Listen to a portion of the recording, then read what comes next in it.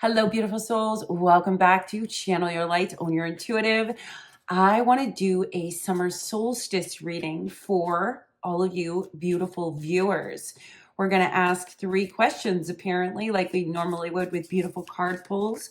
We want to know the energy that we're dealing with right now. That's going to be the first one, so I'll pull that first and bottom of the deck. Okay. We also want to ask a secondary question, leading us on a journey with spirit. Where is this taking us ultimately? The fulfillment, there, that card, okay. And the final card is, what's the highest spiritual guidance for us during this beautiful time of celebration and joy to fulfill this path and come out the other side or bloom through whatever this is? And a card flew out and fell on my lap. Oh my gosh, you're not gonna believe what card that is. So I haven't turned these over, but I'm just gonna start with the first one here. I asked, what was the energy we're dealing with currently? Yeah. Rot and decay. I have a ring light here, so I know it's gonna kind of change the image of the card. There we go. So I'll put it like this: rot and decay. So maybe that's the energy that you're dealing with. Rot and decay. Decay of the old, the discomfort and the constrictions of old energies coming up and out of you. It says on here, it festers when left in the shadows. Bring it to life by giving it away. Oh, such a powerful card. Bring it to life by giving it away. And that makes me want to lean into the dynamics of the way of water. Now, I know there's lots of connotations and paradigms associated with the way of water, but I really feel in tune with a geisha kind of an energy, I want to say. Amaterasu. I might be saying that wrong. The Japanese sun goddess, not because she's the goddess of rot and decay, but she is radiating on that which is no longer conducive to your journey. Things that are, she says, utilize the sun as your metaphor. When the sun bakes on over-ripened fruit, things that have lasted too long, places you have stayed for a longer amount of time than you needed to, ideas that you clung to but need to fall away. Like, how do I want to say that, Spirit? This feels choppy. Not because this goddess is choppy, not because the way of water is choppy, but she's saying, and so too shall you. Use the metaphor of the water in choppy waters where you cannot catch your breath, where the boat is rocking so strongly this way and that it makes you feel nauseated, that you feel all the old lists come up, that you feel the need to cling, that you feel unsteady. That too is a way of water. That too is indicative of a similar energy of the rot, decay, and stagnation of something that has been going on for far too long, something you have clung to for far too long, something you have looked to that is no longer applicable to your journey. Doing things in a different way is what is required now. So that's the energy that maybe some of you are dealing with. Get that card up close for you.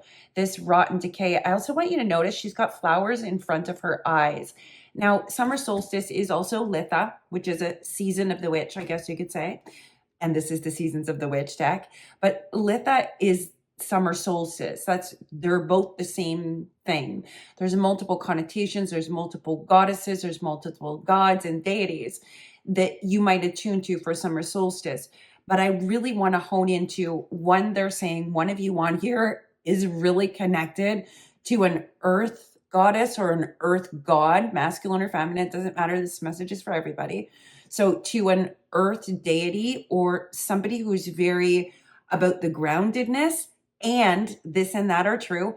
You're dealing with that kind of a deity, god or goddess, but the water goddesses, the way of water, are trying to flow water through you, making choppy water for moments in order to flush it all out. So that's kind of like the energy of it. This is not, side note, this is not the way of water stuff that I channeled before. That was very fluid and straight from the mouths, straight from the mouths of the drops of the water that dripped from the sky, that evaporated into a beautiful steam, even the water that soaked into the ground, into the cracks. For when the water soaks into the cracks and everything begins to freeze, the water does expand in some cases. It expands to illuminate the crack, to crack it wide open. And if it cannot, it will then find a new way. The water will make its own way through every crevice, every nuance. It will soak through things to find its way, to find another way. This is the depth, the water of emotions that the water goddess is bringing up to the surface, letting you know that that's the depth of what's being washed clean of the rot and decay. Also notice there's a unicorn skull or narwhal. I'm hearing narwhal for somebody on here. I'm not really too familiar with narwhal, but they're saying that's another thing. But it's a skull, the unicorn skull. So that means something significant for somebody on here. Maybe it's an old way of being a unicorn that has died. And notice, she's also saying, whoever this message is for, you're a shapeshifter too. Notice that a way that you've been operating is dying and there's a blindness to it. It's like the Two of Swords card that you see in the tarot where she's got a blindfold on and the Two of Swords crossing her. But notice that in this card, that's just what's hidden, right? It's the fears. It's I don't know what's going on. It's the discomfort. It's not being able to see your way through because you used to rely on your unicorn star power. But your unicorn has effectively that version of you. You've outgrown it. So yes, rot and decay might seem ominous, but it's not. It's an indicator of your growth. It's an indicator that you're being freed. It's an indicator that you're being washed clean by the rivers of the heavenly waters. Allow this. In every death, there is a birth. And in this way, we can trust in the ways of nature. We can trust in the ways of the divine. We can trust that when something is dying, something is being rebirthed, and that anything that is dying away, it is never, I want to say a loss. It is never a loss. It is never something you need to cling to. It is always an indicator that you are blooming anew, that you are growing higher, further, more expanded, that you are embarking on a new journey, that you are unfettering yourself from things that you outgrew anyways. So it's not that the unicorn version of you or the unicorn has died. It's that the unicorn has gained its wings, I want to say. The version where it just trotted along on the ground with no wings, that version has died. And the revelations that have happened because of that journey. And I'm getting a reminder of a book, and I can't remember the name of the book, but it's about a unicorn, a horse that could fly. But the horse always hid that they could fly because nobody understood it. People got jealous. People misunderstood them. People shamed them. So what did they do? They hid their wings. No one can know that they fly. They just need to be a regular horse. That's the story. I can't remember who that's by. Somebody gifted me that, a storybook, and it's a children's storybook, but man, is there a lot of wisdom in it. The boy, the mole, the boy. Oh, friends, if one of you know this, please pop it into the comments. I'll look it up and see if I can pin it to the comments above. I know it so well. It's such a beautiful story. It's all pearls of wisdom. It's so fascinating. Anyways, we're skipping to the next card. They're saying, move it along, Erin, move it along. It's 10:10 on my clock. Let's get this show on the road. So that was the first card we asked for. What's the energy we might be dealing with? Then we asked for, what was our second question, friends? Okay. Can you guys see this? Weren't we just talking about the unicorn that's dying, the one that's in her hands? And look at all these horses. Wild horses. Wild horses couldn't drag me away from you. There's also a feeling of absolute, unabashed, like the wild, untamed horse that you would find in the desert, right? You cannot tame the stallion. You cannot tame the wild horse. It is meant to be wild. Its wildness is its tameness because that's its natural state. So the version of you that was holding your wings down and you're dealing with all the death and decay of that version of you is so that you can run free and transform into a flying horse or a free horse. You're freeing your wings finally so that you can be free. You cannot make that up. That's the second card. I had all these turned over, friends. I didn't want to look at them. I just wanted to ask the questions. So where is this taking you? That was our second question. It says on here on the card, unsure of how to break out of your cage, Spirit is going to share its strength with you through acts of liberation. Wow, this really is a blooming kind of a season and a summer solstice of the bloom of you. You cannot make this up. So, wild horses, I feel like I don't need to channel into this card of where it's going. Now, notice all the mountains there. Notice the flowers. Notice the birds. Notice the figure there running through the wildflowers. Again, a Tom Petty reference. Wildflowers, wild horses. This has to happen in order for you to be untamed, unconditioned. That's what it is. Break free. I want to break free. And then the last card, which I accidentally saw briefly, we asked what was a higher spiritual guidance to help us lean into wherever this was taking us from the second card, which is our freedom, clearly. And it's daisies, number 8, infinity. You just read this here. Yeah, look at the abundance of all the blooms on that card. It's like going to the flower market where there's a whole vast array of different types of flowers, different colors of flowers, and you get to choose. They're saying this is like when you're wild and untamed and unapologetic, you suddenly open the doors to massive opportunities, channels of abundance, pathways you didn't perceive before when you were just that sweet little unicorn, that version of you. But the moment that you realize that this is what you're doing through that rot and decay, through that releasing, through that flushing out of the heavenly waters, clearing and cleansing and purging you so that you can take up more space, your vessel can be free to flow without any blockages in it, without stones in the river where it has to go up and around and through. Whoever this is, you're becoming a throughway because you're changing to a thoroughbred who's finally going to free its wings. And when you do that, yes, it's about freedom, but what's the point of freedom? We know that's where we're going. We know that's what's happening. That's what the cards are sharing with us as guidance. But what's the highest spiritual guidance to help us stay on that path? To lean into the fact that you're going to be presented with options you didn't even know you wanted. You didn't even know existed. You didn't even know were possible. It's almost like when you try a new dessert for the first time and you don't even know that you love this until suddenly somebody presents it with you and you try it and all of a sudden you're like, how did I live without this? This is my favorite thing. It had to be new. You had to open the door. You had to try and taste a different flavor of life, I guess you could say. And you get to pick from whatever you want to. You don't have to just go down the single path or hide your wings away like in this other card. That's what's dying.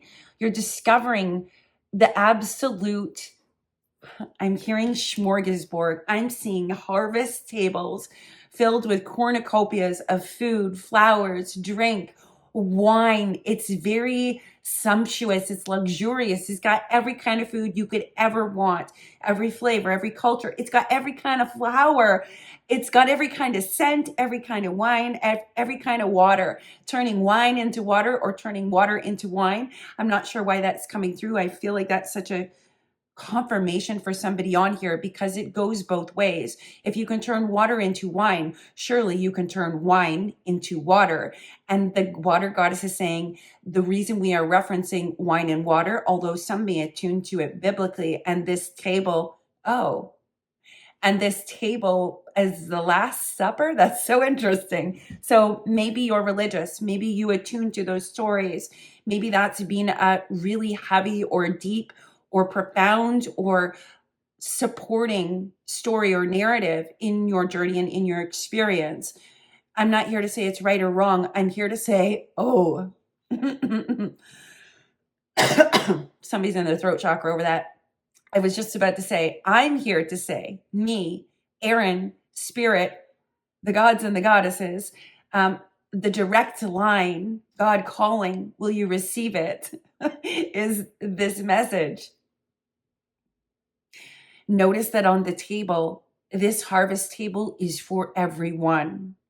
It is for everyone, based on every teaching and every culture, regardless of which book you read. Whoa, as I'm saying this, I feel somebody having a icky throat chakra. So maybe I am pushing you a little bit into a greater expanse of a story that you've leaned into. I'm hearing yes, very true.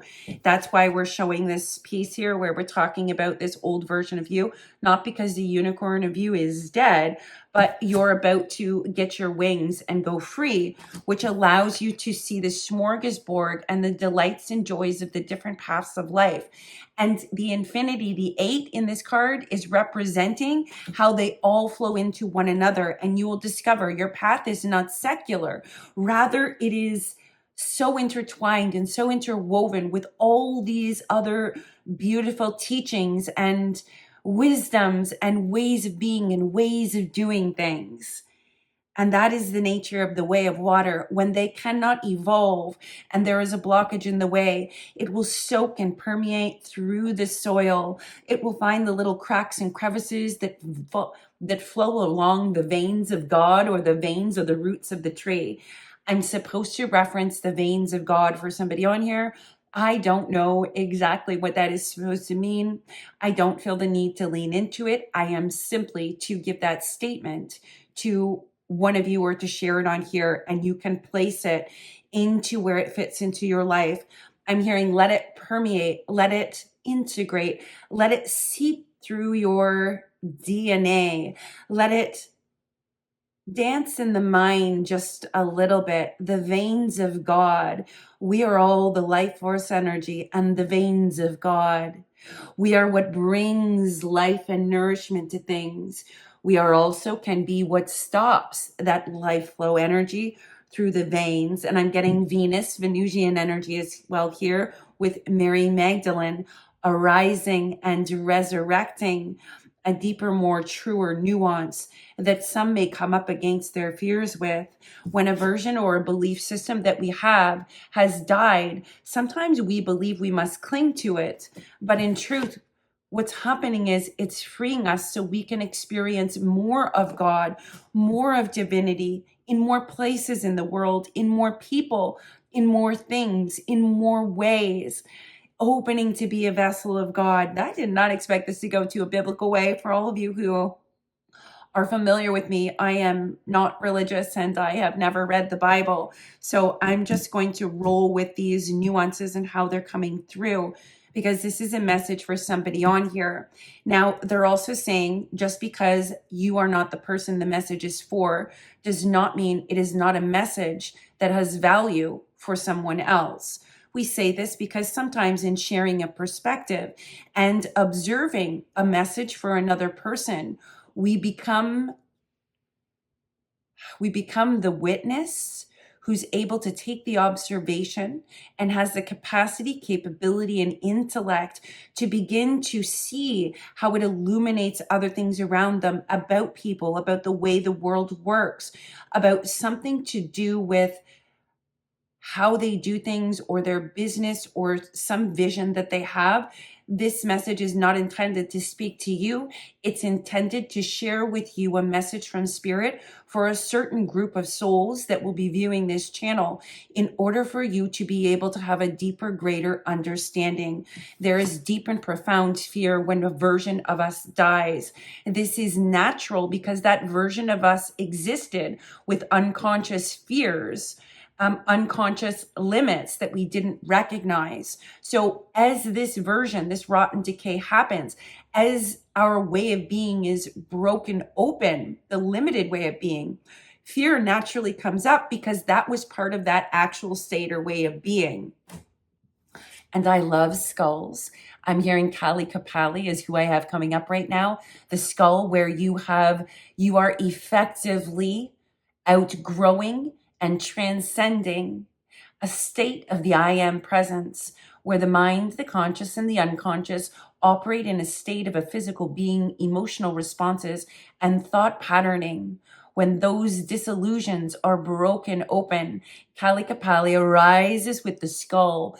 I'm seeing malas of skull. Forgive me, because Kalikapali I actually don't know that much about, but I have a lot of imagery with skulls. And I know for me on my journey, I deal a lot with skulls. I actually really like them. Maybe you like them too.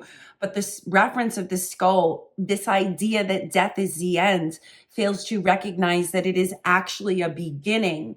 And we cannot have the beginning. We cannot expand exalted. We cannot become exalted if we are not willing to relinquish, release what came before it. If we are unable to perceive that what came before it was simply the stepping stone for you to do this the whole time. Wild horses, baby, got your wings back, flying free, expanding into a new value or a new version. When the mind expands, the emotions expand. When the emotions expand, the body expands. And what precedes all of this? The energy expands. Wow. And I'm getting a reference of these mountains are significant for somebody on here. So I feel like maybe you live in the mountains, or the mountains are calling you. That's what I'm hearing. Maybe the mountains are calling you. Maybe you just went on a trip to the mountains. This is what you've all been doing. This is what we've all been working towards. This has been the process and the pathways that we've all been on. Look at it in a tangible way of just this single incarnation. 44 years ago, I was a little itty bitty baby. And 44 years have passed. I've progressed through that time frame. Just physically, we naturally grow. Transformation is in our DNA. It is inherent in us.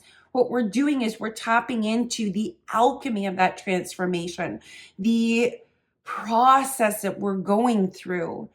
So if you have fear coming up about, what if this goes on, or what if that goes on, or old fears that you can't quite pinpoint, they're really making me feel like it's because that version of you is dying, and those were the underpinning foundations of that version of you.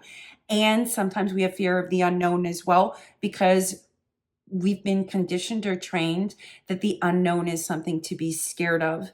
Failing to recognize in the unknown is where all your choices, all your opportunities, all the freaking gifts, miracles, benefits, they're all over here in the unknown, all over here. I'm hearing, and that concludes Kalikapali's mini message in this summer solstice reading. Very fascinating. Oh, I forgot to read what's on the Daisy's card. There is a whisper of a glimpse of, you cannot make this up. There is a whisper. Listen, friends, you just can't make this stuff up. That is one of the reasons I absolutely love oracle cards and the attunement of energy and how it naturally flows and is so linked in to everything we just said. And I pulled these 3 cards first upside down. Remember that. So if you're, and that's a message for somebody who's been pulling cards for yourself and doubting whether they have meaning or questioning it or having inner conflict about your cards, listen, friends, you got the card to help give you an external validation and guidance. Your job is not to judge if it really is, to judge if it's appropriate, to judge whether or not it's true. Your job is to be willing to open to receive it in the unknown, despite the fact that maybe your logic can't attune to it, because that's where you get all the miracles from. That's a mini miracle in and of itself, that I have pulled 3 cards and didn't look at them and would speak about a card. And then lo and behold, it led directly into the next card. You just can't make this stuff up. And that's because it's all energy. It's the interwoven tapestry. It is the finite and the infiniteness of us as human beings, and the power of us and the magic of us, how our energetic systems work, how our intuition works. But it's also that macro and micro, you and the universe working as one. So whoever's been doubting their cards or has been facing a lot of doubt recently, deepen your faith. That's what you're doing. Let it all go. I'm just having this doubt because that's part of the version of me who didn't really trust myself. I didn't have confidence. Maybe that's the story or the narrative that's been playing. Like, put it where it fits in your life, friends. Now I'm going to read the bottom of this card. I got sidetracked there. Well, it's not sidetracked, but a mini message in there as well, which was relevant for Kalikapali apparently to conclude it. So this last card, Daisies, number 8, says, there is a whisper of a glimpse of opportunities to fill your life with joy. Now, if you knew that you were releasing all these old versions of you and the fear and the doubt and all this like craziness that's going on and all the emotions coming up, if you knew hands down, unequivocally, that this entire process and all those feelings and emotions was actually a process of you just releasing them, and you didn't need to cling on to them, and you didn't need to judge them, because you were about to get glimpses of all the stuff that's coming to you that you get to choose from that brings you joy. I have a side, somebody is really scared. I'm getting somebody's fear, and it's like somebody's either really scared of you, or you're really scared of somebody, or you feel naked in front of somebody and that's what scares you, or you feel naked without this I am presence that you've embodied with Ananda Mayama, who always invites in the presence that precedes the I am. My dear, but were you not scared? Are you not scared to hold on to those things that take away from you? The lack, the fear, the doubt. You should be more scared of hanging on to that than scared of a beautiful future filled with beautiful opportunities and filled with beautiful joy just for you. Which I am do you want to embody? The fear and the doubt, the clinging to what was? You may continue that if you choose to. Or would you prefer to embody the miracles, the blessings, the joys, the freedom? You must choose. I want to pull a final fourth card to close out this reading. What's the final message here? We've had so many personas, consciousness, identities, and versions come through in this. It's actually amazing. So I love working with spirit and all the different, they're saying you will pull a last card that has to do with the table.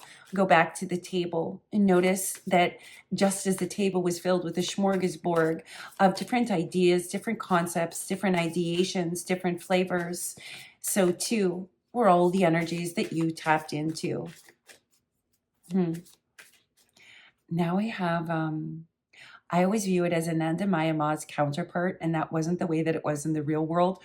But these two seem to float dynamically together, and one steps forward, Ananda Mayama, and she moves back, and then Sri Ramana Maharishi, he steps forward and then he'll move back. Like there's no competition between the two of them.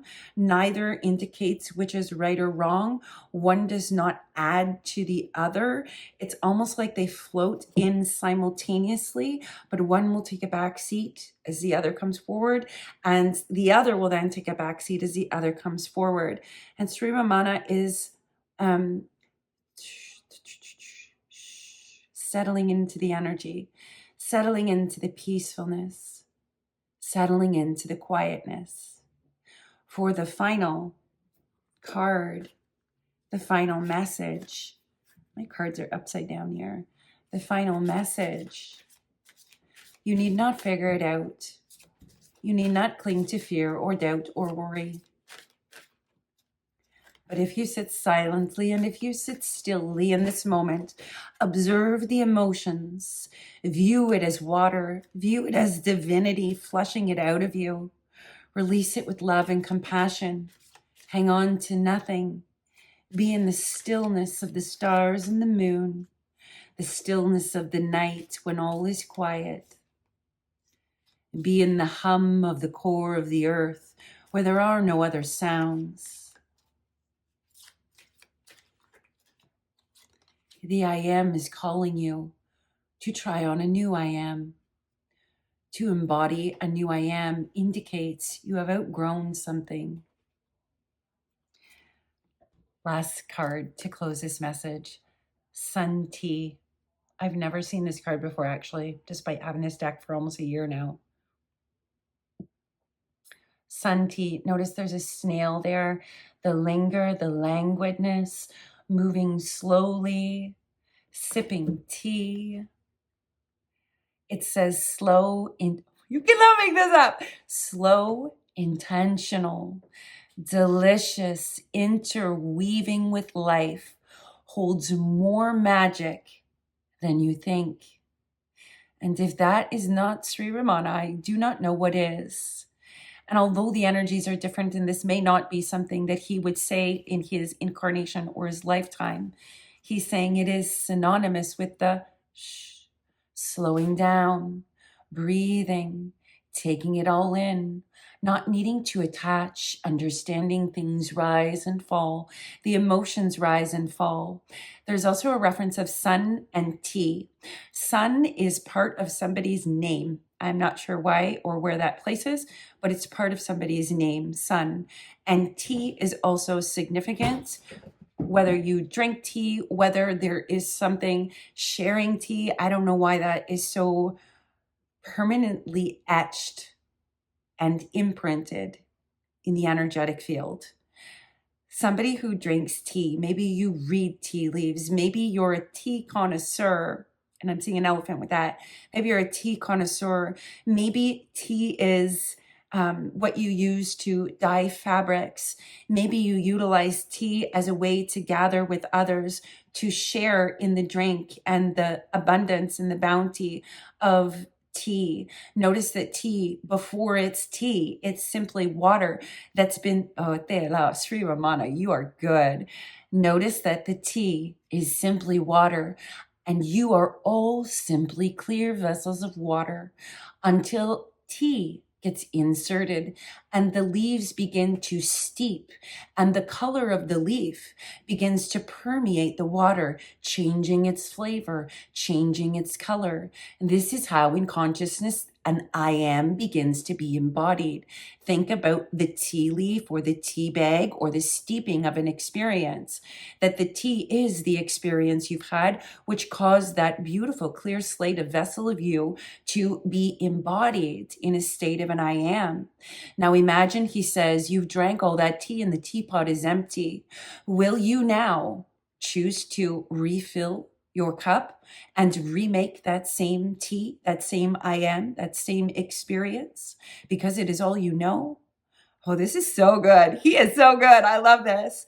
Or he says, choice point. Would you rather try a new tea, perhaps a floral one, perhaps a peony tea by Shao, I believe it's called? Perhaps you would like to try a rose tea, or a yarrow tea, or an Earl Grey. I'm also hearing sweet peach tea. Notice he says, if the tea represents the I am you can embody, you are all safe, and rest assured that you are all that beautiful, clean vessel of water, the way of water and the water goddesses flowing through you, allowing all of this to occur, to clear your vessel so that you may indeed try another flavor of tea, another I am presence, another embodiment with a new flavor, a new feeling, a new color, a new I am embodied. And perhaps it's a radiant sun tea. Well, friends, was this fun? I feel like it was a lot of fun for me. And how deliriously wonderful, illogical, magical to be in the unknown with all of these different embodiments of consciousness that have been on the earth plane, that are in ancient teachings of deities and spiritual energies. I feel so blessed right now and so abundant to perceive it, to even have it arise and arrive, to share with us. So thank you for being here, friends. Thank you for being open to receiving it, because your openness to receiving it, your willingness to expand, your ability to take in a higher consciousness or an elevated spiritual consciousness, or the willingness to change and transform in any given moment, allows you to be open and be the recipient of the gifts of those that arise and arrive and attend to the shifting collective to those who are embodying more. Oh, it's so good. I gotta know, how did you guys lean into this message here? How blessed are we to have all of this come through? And I'm sending all of you so much love. Thank you for being here. Thank you for receiving this wisdom, because although I'm receiving it to share with you. So that's the beauty of this channel. That's the beauty of the information that comes through. So I'm wishing you all a happy solstice. If you would like to dive into a special summer solstice episode on the Goddess Life podcast, just in case you guys don't know, myself and a beautiful intuitive colleague of mine have started a new podcast that is dedicated to divine feminines. But of course, if you're a divine masculine, you are welcome to watch it. It does not exclude you, but know that the content is geared and directed towards divine feminines and women. We're having open and candid conversations. We're also channeling into different pantheons of goddesses and wisdom that comes through. And of course, we're talking about everyday life stuff that we all deal with, and the struggle and the difficulty and the rise and the guidance and all the amazing stuff that happens through ascension, that happens through change and evolution, and that happens intuitively for all of us that's going on here. So I will link a Goddess Life podcast for you. You can catch it on YouTube, or you can find it on Spotify as well. But I'll link the YouTube one here so you can just go directly over to it if you want another fascinating channeled transmission and conversation regarding summer solstice and the divine feminine and the goddess. Friends, I will leave that with you. I'm sending you all so much love, and I'll see you on the next video.